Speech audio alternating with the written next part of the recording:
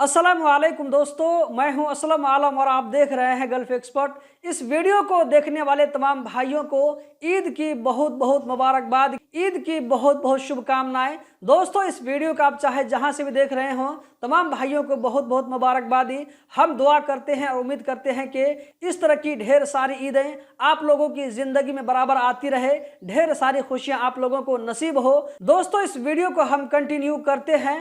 कतरी ministry of औकाफ की तरफ से अनाउंसमेंट आ गया है कि आज यानी कि 8 अप्रैल 2024 को ईद का जो है चांद नहीं निकला है, इसीलिए कल यानी कि 9 अप्रैल 2024 जो कि मंगल का दिन पड़ रहा है, तो ईद की नमाज नहीं होगी। इस साल रमजान के पूरे 30 दिन होंगे। 30 रोजे कंप्लीट होने के बाद में 10 अप्रैल जो कि बुध को पड़ रहा है, तो इंशाअल्लाह बुध को ईद की नमाज होगी।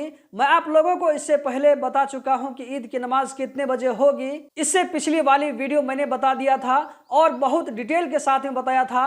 अगर आप लोगों ने नहीं देखा है तो यहाँ पर आप लोगों को एक वीडियो का लिंक नजर आ रहा होगा, इस वाली वीडियो को जाकर के देखें, आप लोगों को और भी बहुत सारी जानकारी मिलेगी। यहाँ पर मैं आप लोगों को बताना चाहूंगा कि कतरी मिनिस्ट्री ऑफ औकाफ की तरफ से अनाउंसमेंट किया गया है कि ईद की नमाज सुबह 5:32 पर होगी। दोस्तों, यहाँ पर मैं आप लोगों की आसानी के लिए बताता चलूं कि आप लोगों को फजर की अजान लगभग 4 बजे के आसपास में होगी और 4:30 बजे तक पूरे कतर में सब जगहों पर फजर की नमाज खत्म होने वाली होगी या ये कि खत्म हो जाएगी। उसके बाद 1 घंटा आप लोगों को इंतजार करना पड़ेगा।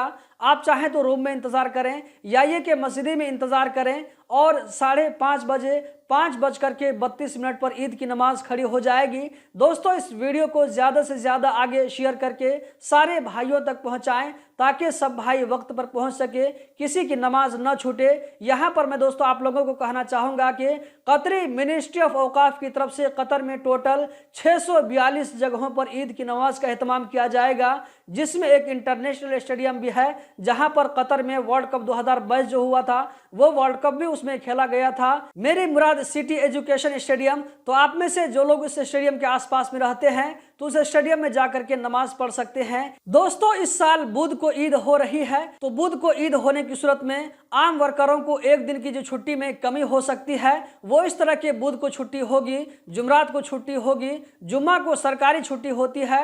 लेकिन कंपनी वाले क्या करेंगे कि इस छुट्टी को ईद में शामिल करके आप लोगों को एक दिन की छुट्टी कम हो सकती है। अगर यही ईद मंगल के दिन पड़ती तो आप लोगों को एक दिन की छुट्टी ज्यादा होती। दोस्तों, खुशी का मौका है, आप अपने लिए भी दुआ करें, अपने घर परिवार वालों के लिए जहां आप दुआ करते हैं, मुझे भी अपनी दुआ में जरूर याद रखें। चैनल को अगर अभी तक आपने सब्सक्राइब नहीं किया है तो सब्सक्राइब कर लें, क्योंकि आने वाले दिनों में जो वीडियो अपलोड करने वाला हो इंशाल्लाह वो आप लोगों के लिए बहुत ही यूजफुल होने वाली है। तो चैनल को जरूर सब्सक्राइब करके रखें और नए नए भाइयों को इस चैनल के साथ में जोड़ने की कोशिश करें। वीडियो को आगे जरूर शेयर करें। वीडियो देखने का बहुत बहुत शुक्रिया।